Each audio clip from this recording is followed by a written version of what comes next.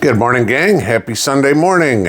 Okay, this gets actually humorous to watch here as the globalist liberal leaders of the world keep doing stupid shit.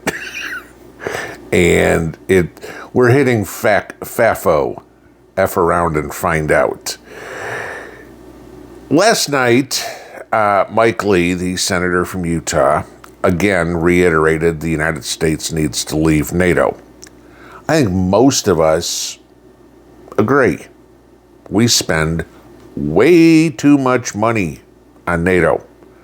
I mean, take a look at this and tell me how much Europe is doing to defend themselves, right? 70.5% of the spending on NATO is your money. Taxes coming out of your paycheck. And as we've said many times, what is money? Money is a direct correlation to your labor. You know, you earn money by working. So while we're working and watching all this money go to Europe, look how much the Europeans are working.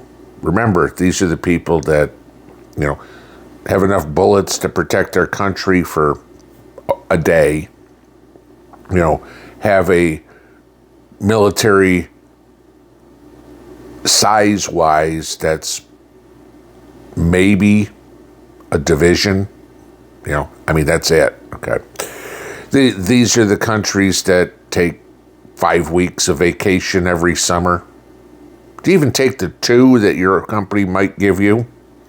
But they get 5, right? Why did Mike Lee say that we need to get out of NATO? Well, let's take a look at what happened yesterday.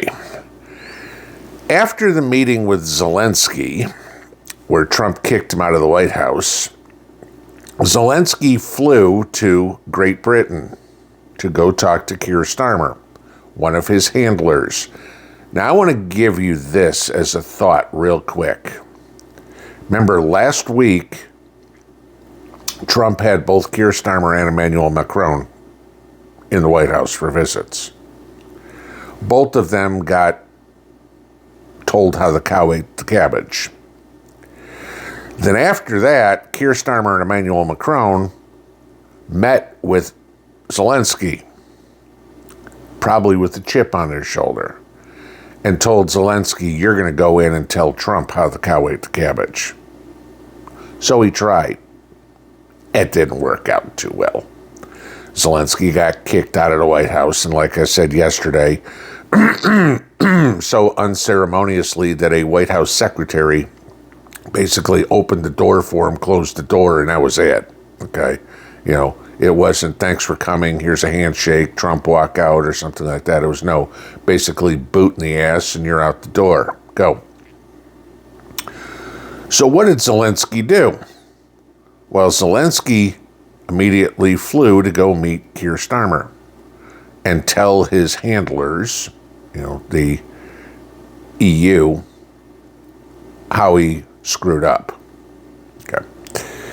And so instantly, Keir Starmer came out and said, we're loaning. Don't you love how the United States has to give money to Ukraine, but Europe loans it to them. England is going to loan them another $2.6 billion. Whoop-de-doo, okay?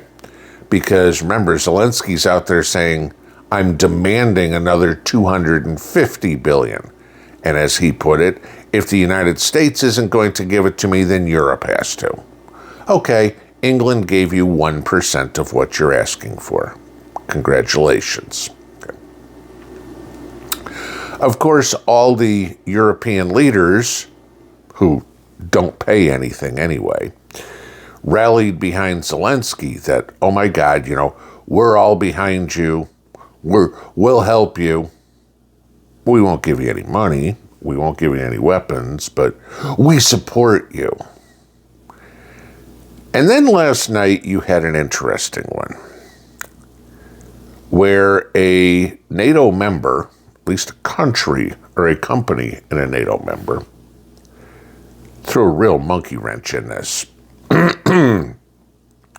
Norway's most prominent marine fuel provider, Haltbach Bunkers, has now said they are refusing to resupply any U.S. Navy ships with fuel.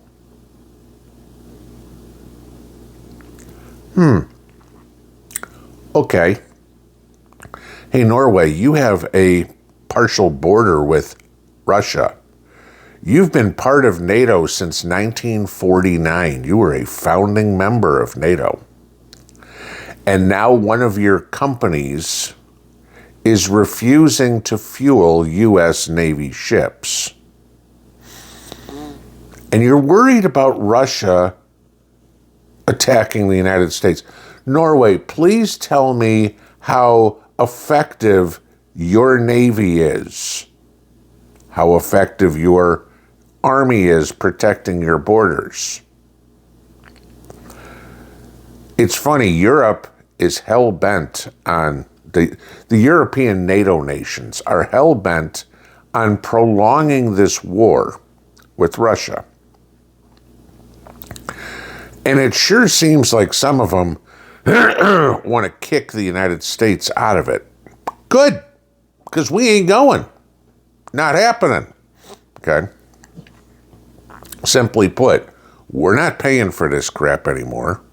You're not getting nearly 3/4 of the funding to support this war from us anymore. You're on your freaking own. You've had 34 years since the Soviet Union fell to figure this out. And you haven't. None of you bothered to strengthen your own defenses. You were too addicted to those American dollars. Zelensky came out yesterday, this is classic, and said U.S. citizens are now eligible to join the Ukrainian National Guard. Hey, Adam Kinzinger. Hey, Liz Cheney. You sending your kids? Are you going yourself? All these people who have the little Ukrainian flag in their profile, Slava Ukrainia. Are you going? I doubt it. All those protesters that stormed J.D. Vance's residence yesterday, are you signing up for the Ukrainian National Guard? No. You're all fine for somebody else to do it, but you scream bloody murder, but don't have the balls to stand behind what you say. Europe, Zelensky came out and said that Europe had promised him troops. I want to know who, and I want to see how well that goes. Are all those North African immigrants that have overtaken Europe, are all those Muslims that have overtaken Europe, are they going to go fight for Germany? Are they going to go fight for England, in another country, in Ukraine? Fat freaking chance. Do the Germans, the French, the Italians, the Poles, the English, do they want to send their sons and daughters to the firing line? No.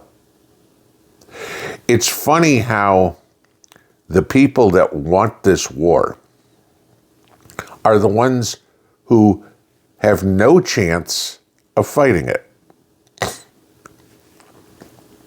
Adam Schiff, or I don't know, pick any of the Democrat congressmen and senators who are, pick any of them. Pick Lindsey Graham, Republican.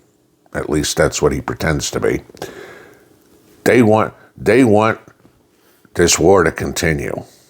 Why? It all comes down to something simple, guys. The Europeans are addicted to U.S. dollars. As I said to you yesterday, hardly any of them are funding NATO. You saw that chart, okay?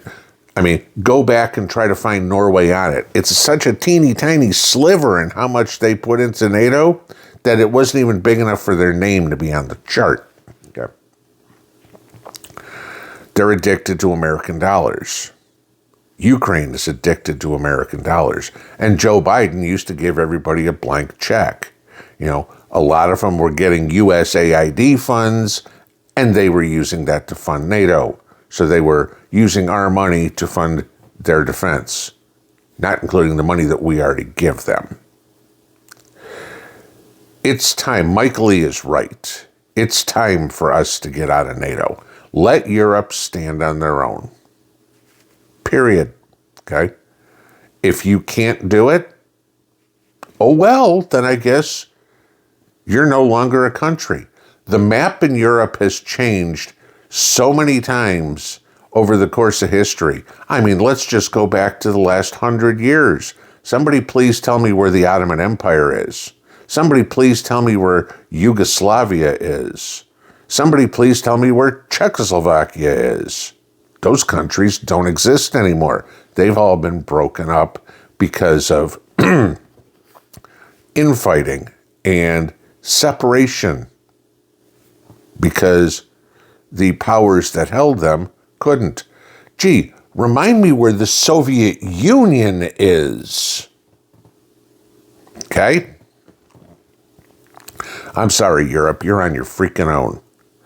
Trump needs to close all the bases in Germany and Poland and England and everything.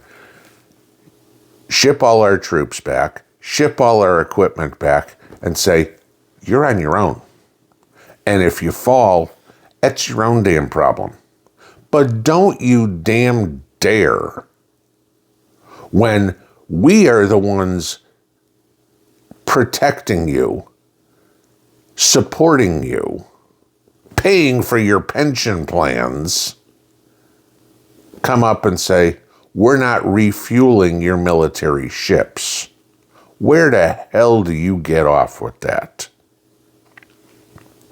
You don't think Russia's a problem, Norway? Go look at China. China's got some Arctic ambitions, too.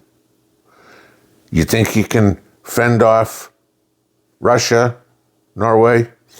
Russia's military budget is bigger than your entire GDP. Good freaking luck, you know. The Nazis were able to storm through Scandinavia without much of a problem at all. You think the Russians couldn't? Don't make me laugh. Personally, I'm sick and tired of being the world's police force. I'm sick and tired of being the world's piggy bank. And I'm sick and tired of everybody going, the United States will handle it. Hey, Keir Starmer. Hey, Emmanuel Macron. You're heads of state too. Why don't you learn how to negotiate? Zelensky proved he doesn't know how. So at least you don't have a formidable opponent in any negotiations. But it's about damn time you took care of your own area and stopped relying on us. Because if I remember correctly, about 250 years ago, the United States went up to England and said, we don't give a damn what you think. We're doing it our way. That mindset hasn't changed. Pinball out.